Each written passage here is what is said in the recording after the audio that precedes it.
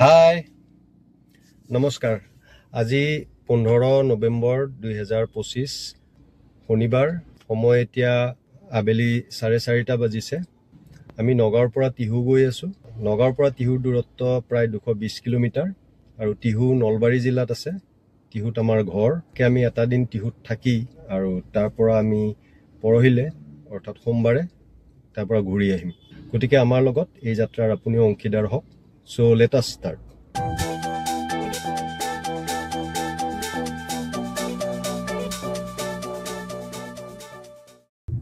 এই মাত্ৰ আমি নগাঁৱৰ পৰা ওলালো ওলাই হেনসুৱাৰ্ট যিখন নগাঁৱৰ ওয়েলকাম গেট আছে সেই ওয়েলকাম গেটখন পাইছো নগাঁৱৰ পৰা টিহুলৈকে যাওঁতে 220 কিলোমিটাৰ আমাক প্ৰায় 4.5 ঘণ্টাৰ পৰা 5 ঘণ্টাৰ ভিতৰত সময় লাগিব এতিয়া 4:30 বাজিছে যেতিয়া মোটামুটি আমি 9টা 9:30 ভিতৰত টিহু গৈ পাম আৰু এই ৰাস্তা আমি নগাঁৱৰ পৰা গুৱাহাটী হৈ ৰঙিয়া নলবাৰী আৰু তাৰ পিছত টিহু এই নগাঁৱৰ এটি ৰোড আৰু এনেকে অলপমান আগত গৈ পেলাই আমি পাম বেবেজিয়া আৰু বেবেজিয়াৰ পৰা আগলৈকে গৈ আমি নেশনেল হাইৱে 27 লগ পাম আৰু এই 27 এ আমাক একেবাৰে টিহুলৈকে লৈ যাব নগাঁৱৰ পৰা প্ৰায় 10 কিলোমিটাৰ আহি এতিয়া আমি এই NH27 পাম এয়া সন্মুখত NH27 আমি ৰেম্পটোৰে গৈ NH27তে উঠিম গৈ এয়া সন্মুখত দেখিছে এইফালৰ পৰা NH27 আহিছে আৰু আমি এই NH27ত উঠি গলো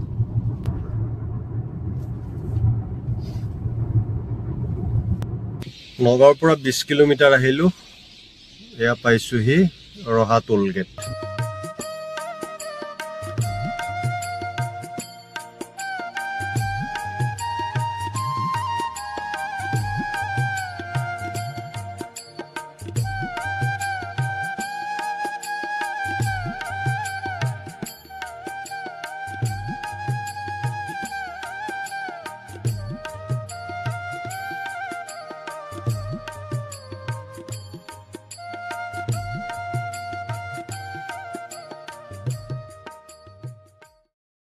चल रोटी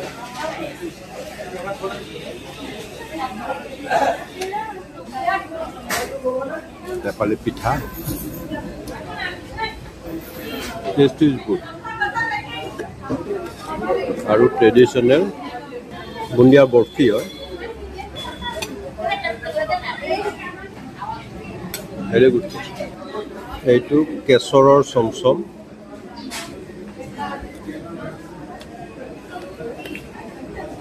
बहुत धुनिया সোৱাদ দেই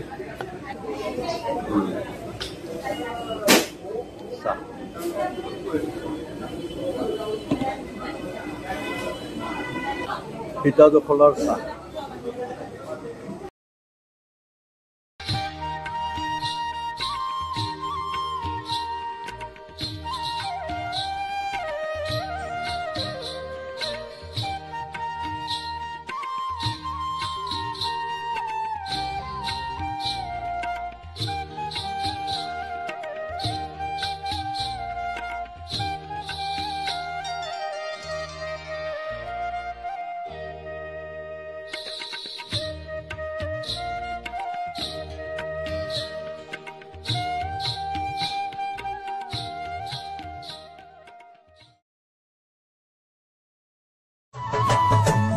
দেহার মূল্য নাই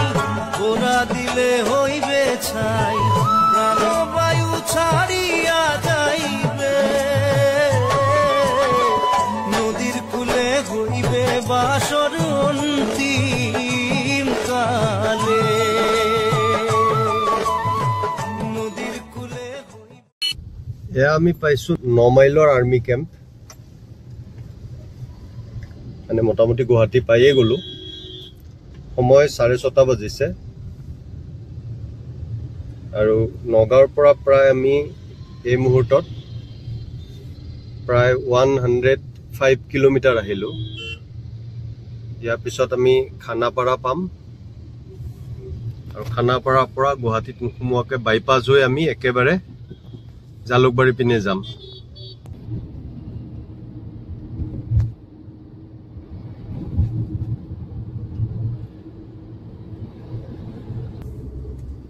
এয়া আমি পাইছো জালুকবাৰী নগাঁৱৰ পৰা 130 কিলোমিটাৰ আহিল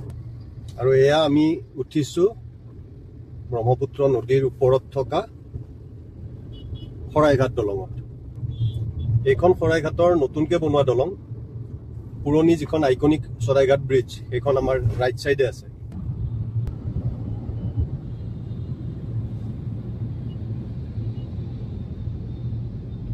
শৰাইঘাট দলং পাৰ হৈ আহি এই যিখন আমিনগাঁও ফ্লাইঅভাৰ ইয়াৰ পৰা তলেৰে এটা ৰাস্তা সোমাই গৈছে এইবোৰ গাড়ীবোৰ যে গৈছে দেখিছে নহয় ফ্লাইঅভাৰৰ তলেৰে তাৰ পৰা বাওপিনে যদি আমি গুচি যাওঁ আমি হাজো মুকালমুৱা হৈ বৰপেটালৈকে যোৱা ৰাস্তা এটা আছে এইটো সাইডে গৈছে আৰু আমি সিধা NH27 এৰে বাইহাটা চাৰিআলি পিনে গৈ আছো 8:15 হৈছে আৰু সাংসাৰী আৰু বাইহাটা চাৰিআলিৰ মাজত থকা মদনপুৰ টোল গেট এইটো বহুত সময়ৰ পৰা এই লাইনতে আছো লাহে লাহে আগবাঢ়ি গৈ আছে লাইনটো বাইহাটা চাৰিআলি পাৰ হৈ আহিলো আৰু ইয়াৰ পৰা প্ৰায় মোটামুটি 15 কিলোমিটাৰ গলে আমি ৰঙিয়া পাম নগাঁৱৰ পৰা প্ৰায় 170 কিলোমিটাৰ আহিলো 170 কিলোমিটাৰ আৰু এনাদাৰ 50 কিলোমিটাৰ টিহুলৈকে বাকি আছে এয়া আমি পাৰ হৈ আছো ৰঙিয়া চহৰ এই যে গাড়ী ভিৰবোৰ দেখি আছে এইখনে হৈছে নলবাৰীৰ ওচৰৰ প্ৰণিতা ৰেষ্টুৰেণ্ট চাওকচোন কিমান ভিৰ লাগিছে গাড়ী এইটো ভিৰ যে এতিয়া লাগিছে এনেকুৱা নহয় এনি টাইম এনেকুৱা ভিৰ আপোনালোকে এই ৰেষ্টুৰেণ্টখনত পায়ে থাকিব ইয়াৰ পৰা আৰু 1 কিলোমিটাৰ আগুৱাই গলে আমি নলবাৰীত সোমাই যাব পৰা ৰাস্তাটো পাম এইটো হৈছে গণেশ মন্দিৰ চক অকণমান জাম লাগিব ইয়াত উপায় নাই আমাৰ বাওঁফালে আছে নলবাৰীৰ গণেশ মন্দিৰ সোঁফালে সৰি বাওঁফালে নহয় এইফালে গণেশ মন্দিৰ আছে আৰু এইফালে যদি যাওঁ বাওঁফালে এইফালে আমাৰ ৰাসৰ কাৰণে নলবাৰী ৰাস এইফালে এতিয়া গাড়ী সোমাবই দিয়া নাই এই ৰাস্তাটোৰে গ'লে চাওক প্ৰিপেয়াৰেশ্যন এই ৰাস ইয়াৰ পৰাই আৰম্ভ আৰু একদম হৰি মন্দিৰলৈকে 1 কিলোমিটাৰ মান গ'লে হৰি মন্দিৰ পায় কোনো গাড়ী যাব দিয়া নাই ইয়াৰ পৰাই একদম মানুহ খোজকাঢ়ি কাঢ়ি গৈ থাকিব কিমান মানুহ হৈছে চাওক এতিয়া নলবাৰীৰ পৰা এনাদাৰ 20 কিলোমিটাৰ গ'লে আমি টিহু বাইপাছ যাক নাটকুচি বুলি কোৱা হয় টিহু বাইপাছ পাম নলবাৰীৰ পৰা প্ৰায় 15 কিলোমিটাৰ আহিলো আহি পাইছোহি মানে অসমৰ বিটিএডিৰ বাক্সা জিলাৰ এখন ঠাই বৰমা ইয়াতো নিশ্চয় ৰাস হৈ আছে কাৰণে এনেকুৱা ধৰণৰ লাইটিংবোৰ দিয়া আছে যথেষ্টখিনি মানুহ হৈছে হয় ইয়াত ৰাসেই হৈছে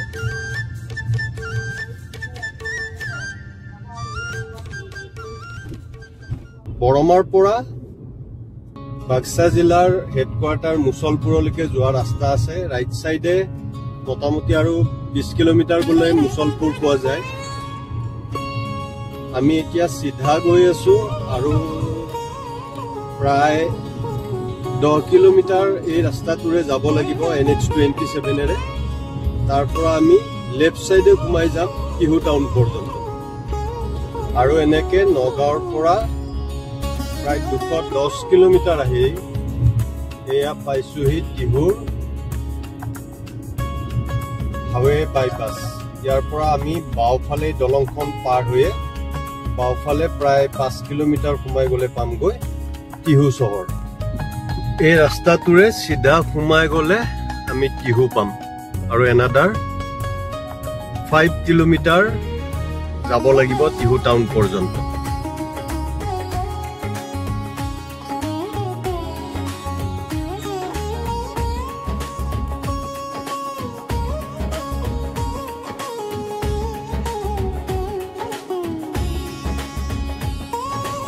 আৰু এয়া আমাৰ হোম টাউন টিহু নগাঁৱৰ পৰা প্ৰায় 220 কিলোমিটাৰ আহিলোঁ এতিয়া 9:30 হৈ গ'ল আৰু আমাৰ এইখিনি পাওঁতে প্ৰায় 5 ঘণ্টা 10 মিনিট সময় লাগিল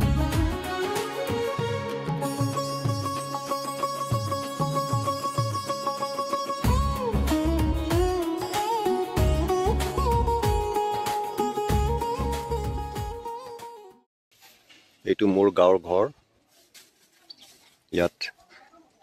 দেউতাই খেতিৰ কাৰণে ৰেডি কৰিছে মাটিবোৰ কবি খেতি কৰে ইয়াতে খুব ধুনীয়া কবি খেতি হয় সেইবোৰ গোবৰ শুকাবলৈ দিছে কবি খেতিৰ কাৰণে বাৰীখনকে দেখুৱাওঁ ইয়াতে ইমান বেছি বান্দৰ আছে আমাৰ এই জেগাখিনিত যে ইয়াত সব ধৰণৰ খেতি কৰিব নোৱাৰি প্ৰায় দিনটোত দুবাৰ তিনিবাৰ ইয়াতে আহি পেলাই বান্দৰে উপদ্ৰৱ কৰেই আৰু সৰুৰ পৰা মই ইয়াতেই জন্মিছিলোঁ আৰু মোটামুটি LP স্কুললৈকে মই ইয়াতেই এই গাঁৱতে পঢ়া তাৰপিছত মই ৰঙিয়ালৈকে গুচি গ'লোঁ দেউতাৰ লগত আৰু মোৰ বাকী স্কুলিং লাইফটো ৰঙিয়াতে মই কটাইছিলোঁ টিহুৰ পৰা মোটামুটি আমি 3 কিলোমিটাৰ ৰাতি আহিব লাগিছিলে ৰাতি আৰু সেইখিনি মই আপোনালোকক দেখুওৱা নাই মোৰ গাঁওখনৰ নাম হৈছে মাখিবাহা